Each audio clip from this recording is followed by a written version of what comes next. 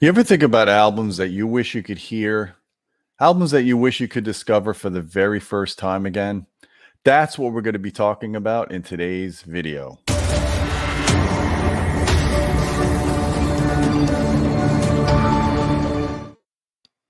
Hey folks, I'm Gene Delasalo with Audioholics. I'm going to get a little nostalgic with you again. I want to go over kind of my music history of albums that really touched me, that really mean something to me, that maybe had me discover new categories of music that I never listened to before. These are albums that some of them are classics, some of them are recorded extremely well, some of them aren't, and some of them might not be the best albums of each band that I show here, but they're just something that has sentimental value to me and something that touched me in ways that I would love to rediscover again. And I hope to find new music going forward that'll do the same. So as I go through these album lists of my 10, I would like, you guys to leave comments down below on what your 10 favorites are, or your favorite album, whatever, something that you wish you could experience for the very first time again. So the first album we're going to go over is probably the most recognizable album ever. I mean, I think it's voted that the most recognizable album cover, and that's Pink Floyd, Dark Side of the Moon. Now, I know what you guys are probably thinking. Oh my God, this album is so overplayed, like it's so cliche to even put that. But you know what? There's a reason why this album is so overplayed. It's a freaking masterpiece. It's a progressive rock masterpiece from start to finish. Pink Floyd really were ahead of their time in the fact that they integrated, saxophones with their music. They integrated soul singers with their music. I mean, they just did so many firsts when this album came out. And incidentally, it came out the same year as my birthday. So I guess that's kind of why I really resonate with this album. But if you listen to the tracks and, someone that's never experienced Pink Floyd before and they hear the first two tracks, Speak to Me and Breathe, it's mesmerizing. It really is. It puts you into this different plane of existence. And what's really great about it is I was fortunate that I got a copy. I think it was a DVD audio 4.0 mix. So it doesn't have a center channel. But when you take that and you upmix it with a Dolby Upmixer or the Oro Upmixer, whatever your upmixer or preference is, it really takes this music to a new level, and it makes you want to rediscover and listen to it all over again. So even if you're burned out on this album, I really encourage you guys to listen to the surround version of it. I think there's like so many different versions. There's an SACD version, the DVD audio, DTS CD. I mean, there's like 3 different versions of it. Any of them are really incredible to listen to. Songs like Money, when you hear the change registers coming all around you and you hear, there's that really strong vocal in the center if your speakers image well, and the drum track. I mean, everything in this album is just superb. Alan Parsons, of course, did an incredible job of mixing and producing this record. It's really a masterpiece. And this is my first pick. I hope you guys, maybe some of you guys are listening to this album right now. I don't know. I definitely would recommend getting the surround version. So the second album I want to show you guys, this is a real sentimental one for me, just because, growing up with my brothers and my cousin, this was an album that we all really resonated with. Billy Joel was from Long Island, where I'm from. And this is a classic. I mean, God, The Stranger is such a classic album. Billy was another artist ahead of his time. He took pop music, he mixed jazz with it. He had an incredible band that really took his music to the next level, the 52nd Street Band, which incidentally, they sometimes tour in Clearwater and they play, songs from Billy Joel that you don't often hear. But this album really resonates with me. I remember going to my cousin's house, who's no longer with us anymore, and he had this whole cool apartment set up in the basement, and he had this incredible stereo system at the time, which I thought was incredible. And both he and my brothers had these house brand speakers called Criterions, which had a big 12-inch woofer, a couple of tweeters, couple of mid-ranges, a horn. I mean, it looked impressive. Back then, in the 70s, it was bigger was better kind of mentality. But hearing Billy Joel, hearing Scenes from an Italian Restaurant, hearing The Stranger, and of course, Vienna, which is one of my favorites and often not really played or not even put in greatest hits records collections. I just love the piano of it. I love what he does with his chord structure. I like playing this myself on my own piano. It's just a classic. It just brings back so many feelings for me. Very personal album to me. One of the reasons why I really love music is when you get an album that's just this incredible. So the next album is from probably my all-time favorite band, and that's Genesis, and that's Trick of the Tail. Now, incidentally, Trick of the Tail is the first album from Genesis without Peter Gabriel as the lead singer. This is the album where he departed and Phil Collins took over for singing. And a lot of people don't realize what an incredible, incredible drummer Phil Collins used to be. And unfortunately, now his health is diminished, and he's trying his hardest to get out there and do the tour. It's sad to see how he is now compared to how he was, 20 years ago, because the guy was just a talent in so many levels. I mean, his solo work was incredible. His drumming is just off the charts, from Brand X when he was doing jazz all the way to an album like this. Trick of the Tail is just, it's by most Genesis fans, it's regarded probably the best album that they ever made. I know Lamb Lies Down on Broadway's right up there, and I love that album as well. But Trick of the Tail was like really the pinnacle of their musicianship. You still had Steve Hackett on guitar, Mike Rutherford playing bass. You had Phil Collins doing the drums. I mean, it was just incredible. Dance on a Volcano, just the opening of that is, the drumming is so powerful on that. And I also have the SACD version of this. So I did get to rediscover this album in SACD. If you guys can get any Genesis records on SACD, I highly recommend it. They are a little bit bright sounding, but it's still worth getting that mix. I mean, I just like in songs like Entangled and Ripples, it just has so much layering in the multi-channel mix that you don't get just in 2-channel. Of course, Los Endos is just an awesome song, especially when it's live. When you get Phil Collins and Chester Thompson doing that song live, it just takes it to another level. Awesome, awesome album. Next up, I'm going to change genres now. It's going to be jazz, Pat Metheny.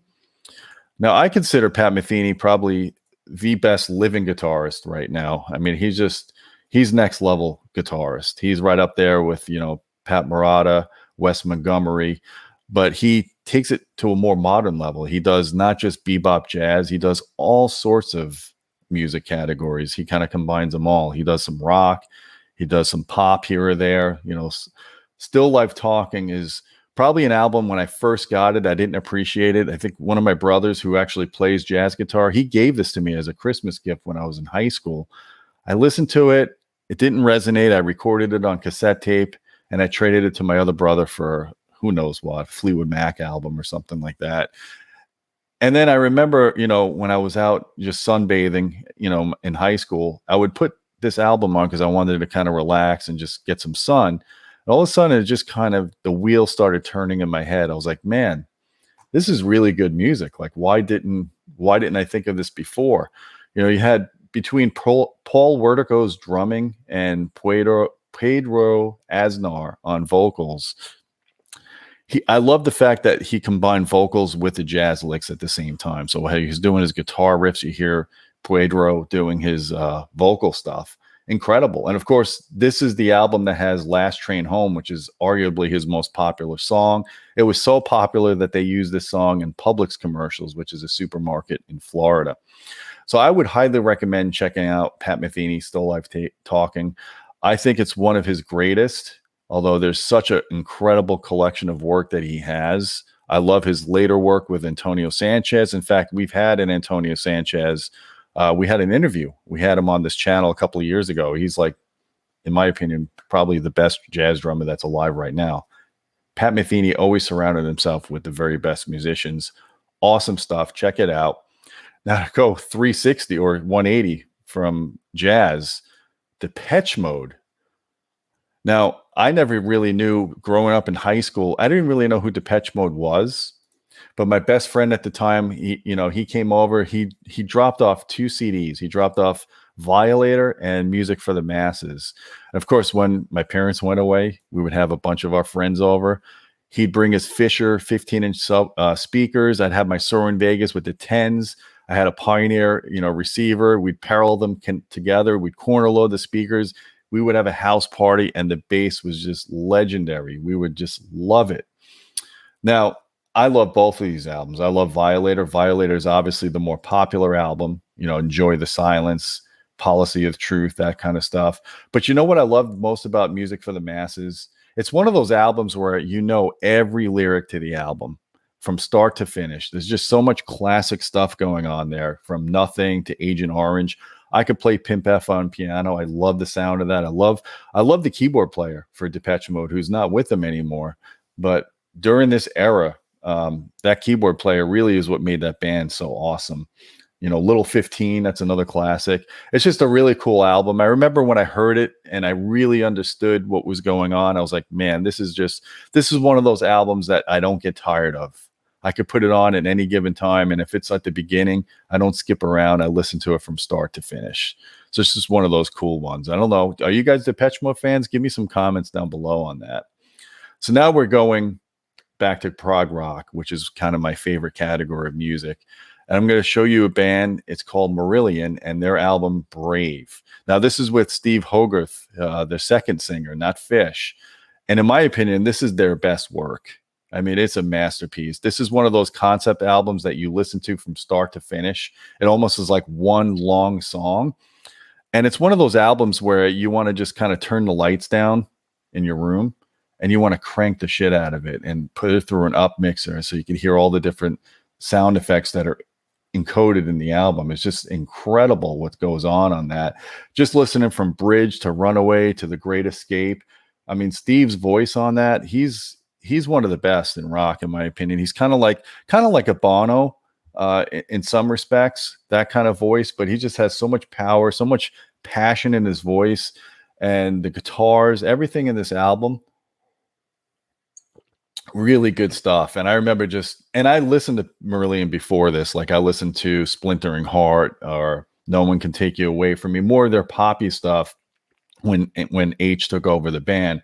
This is nothing like that. This is just progressive rock at its finest, concept album at its finest.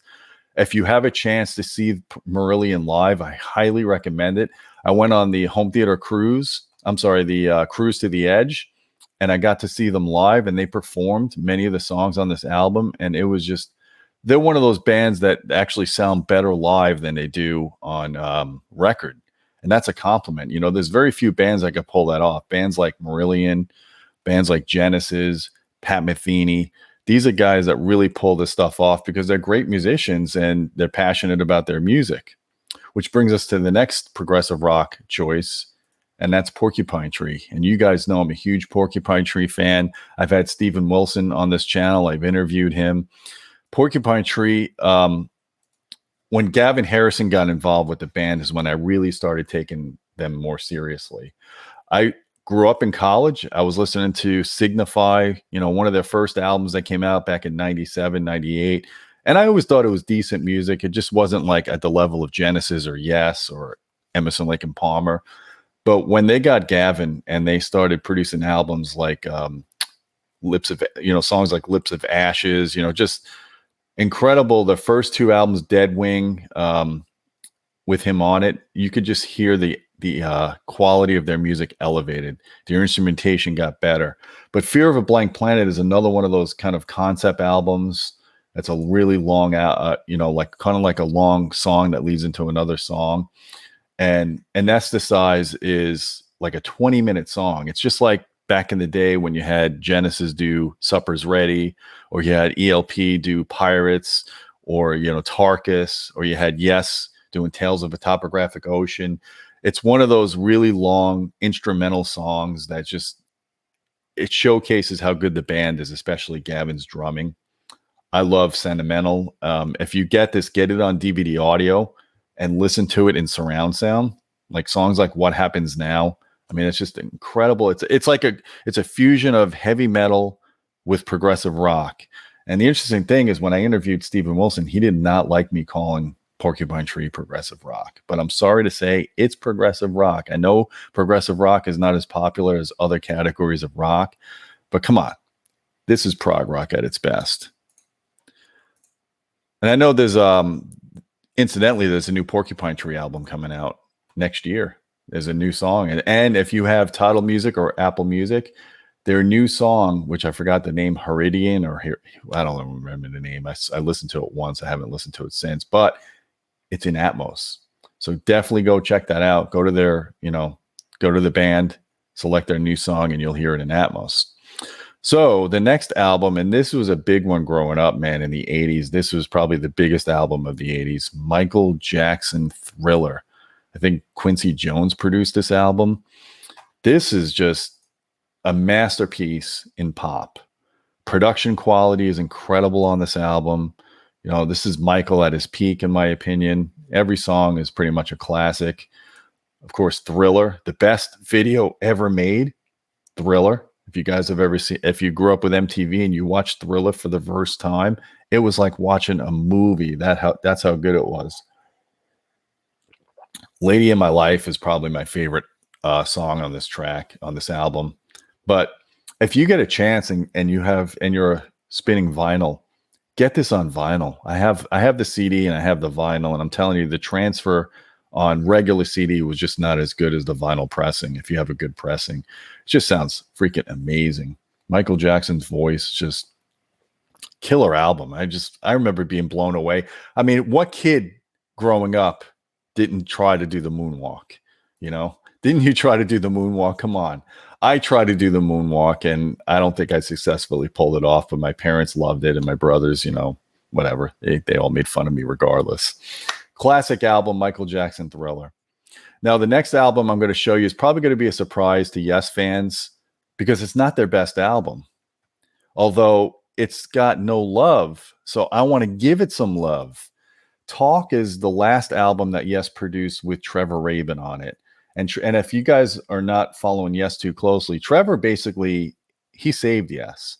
So when prog rock became less favorable in the early 80s, they were in trouble. They basically reinvented themselves. Steve Howe left the band, who was a legendary guitarist, and Trevor Rabin came and filled his shoes. And he kind of modernized the sound of Yes, kind of commercialized them. I'm sure you guys have heard Owner of a Lonely Heart. That song kind of makes me want to vomit because it's been played so much.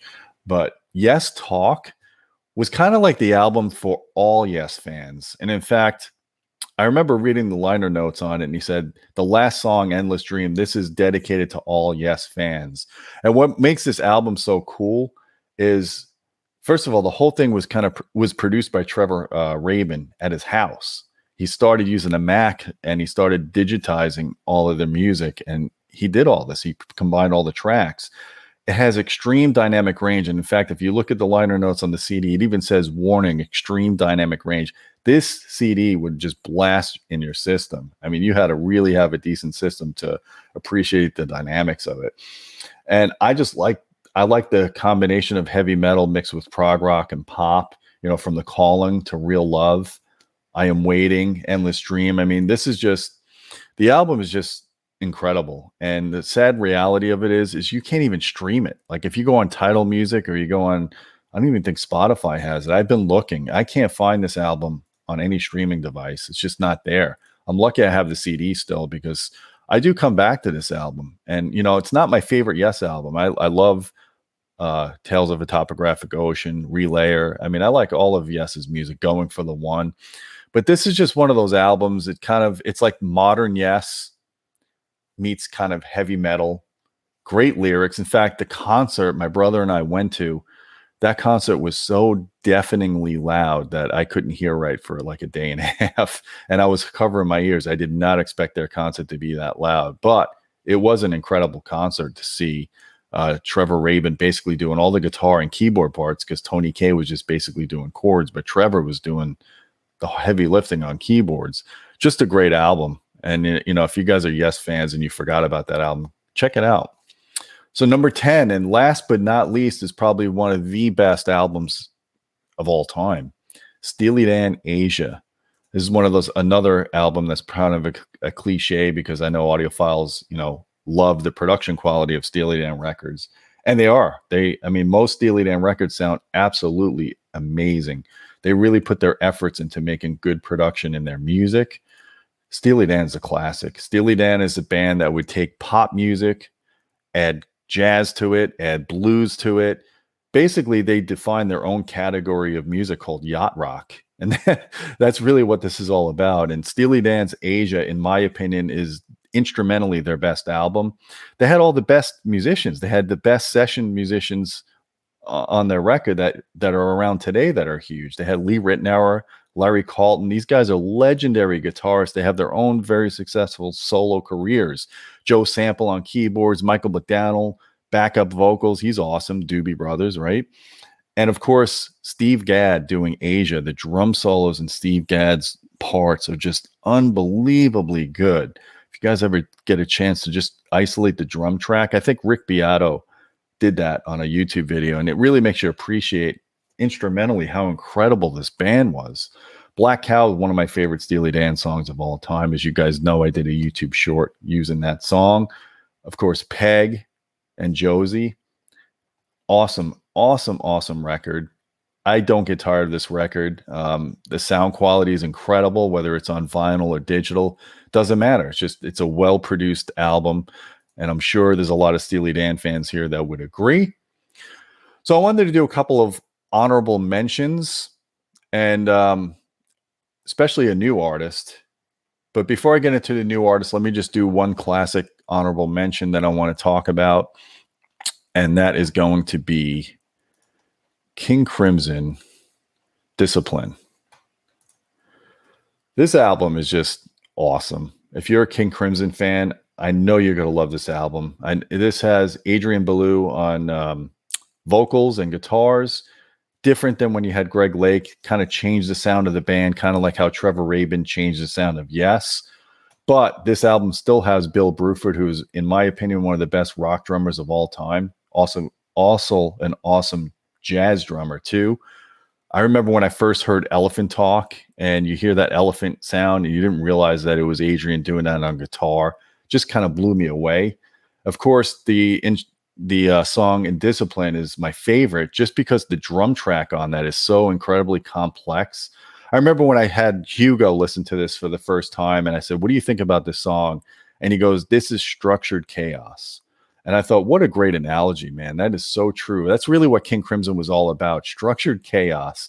And, they did music differently than everybody else. And they had some classics, even though they weren't a pop band. You listen to songs like Frame by Frame or Mate Kudasai. Just an awesome, awesome song. Very memorable. I love King Crimson. I saw them recently. They have a new singer now that I think they're at their best musically. They have Gavin Harrison helping them on drums. Of course, he's one of my favorite drummers right now in Porcupine Tree and Pineapple Thief. He's in so many different projects. The guy is a legend. If you get a chance to check out King Crimson, they're still doing some incredible music. I don't understand how Robert Fripp doesn't age. Really awesome. So the last one I want to mention, this is a new artist, and she's a friend of the channel. Her name is Dominique Aime. I hope I said it right. I don't speak French. Audiophile's delight right here. So I got introduced to this album from Don. He put on the song Birds. He's like, listen to this album, listen to this song. Blown away by the fidelity, the snapping sounds, the stand-up bass, her voice like butter. And the production of her album, you listen to Nameless or Rise, the passion in her vocals. This is a superstar in the making. I'm telling you, she's like Beyonce level singing, but she throws, in this particular album, this is more of like a soul album, or I'm sorry, not soul, blues album. Her other album, Stay Tuned, is more jazz focused, and then her most recent album is more soul. Just amazing. If you guys are audiophiles, you want to have very good sounding audiophile music that you want to actually listen to, it's with Dominique. It's that good. In fact, I recommend you guys, as soon as when you're done watching this channel, or this video, I should say, go on whatever streaming service you use, go check out her music. You're going to thank me. Give me some comments down below what you think about Dominique. I appreciate that. So those are my picks. Of course, I know that everybody's got their own personal picks, and a lot of this is based on your experiences in life, what you were doing at the time when you heard these albums. But I hope you guys kind of get an understanding of where I'm at and the kind of music that I listen to. And I hope you agree with some of these. And if not, give me some comments down below. Don't forget about our Patreon channel at patreon.com/audioholics. We appreciate your support. You get direct access to me if you want to ask questions or suggest video topics. And until next time, my friends, keep listening.